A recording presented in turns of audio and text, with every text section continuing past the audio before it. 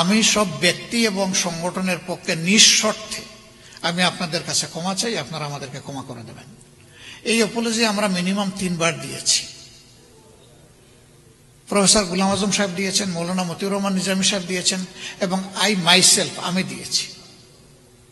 এই কিছুদিন আগে মাত্র এটিএম আজহারুল ইসলাম সাহেব যখন ফ্রি হলেন জেল থেকে, তখন আমি বলেছি শুধু 71 না, 47 সাল থেকে শুরু করে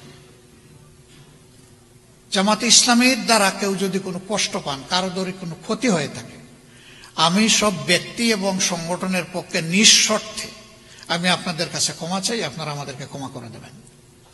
আজকের দিন পর্যন্ত আমরা ভুল করি না। এই কথা বলবো কিভাবে? আমরা মানুষ, আমাদের সংগঠন একটা মানুষের সংগঠন। আমাদের 100টার মধ্যে 99টা ডিসিশন সঠিক, একটা তো বেঠিক হইতে পারে।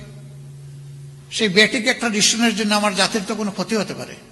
তাহলে সেই ক্ষেত্রে আমার কোনো ডিসিশনে জাতির ক্ষতি হলে আমার মাপ চাইতে অসুবিধাটা কোথায়?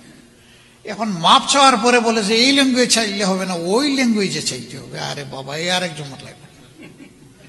বিনা শর্তে মাপ চাইলাম, কোনো শর্তও দিলাম না, তারপর আর বাকি থাকলো কোনটা, এটা তো বুঝি না।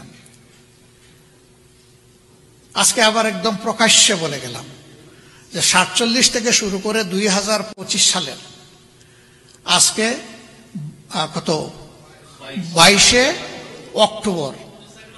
অক্টোবরে এখন কয়টা বাজে? এই যে এখানকার টাইম 8:11। এই পর্যন্ত আমাদের দ্বারা যে যেখানে যত কষ্ট পেয়েছেন, আমরা বিনা শর্তে যারা কষ্ট পেয়েছেন তাদের কাছে মাপ চাই।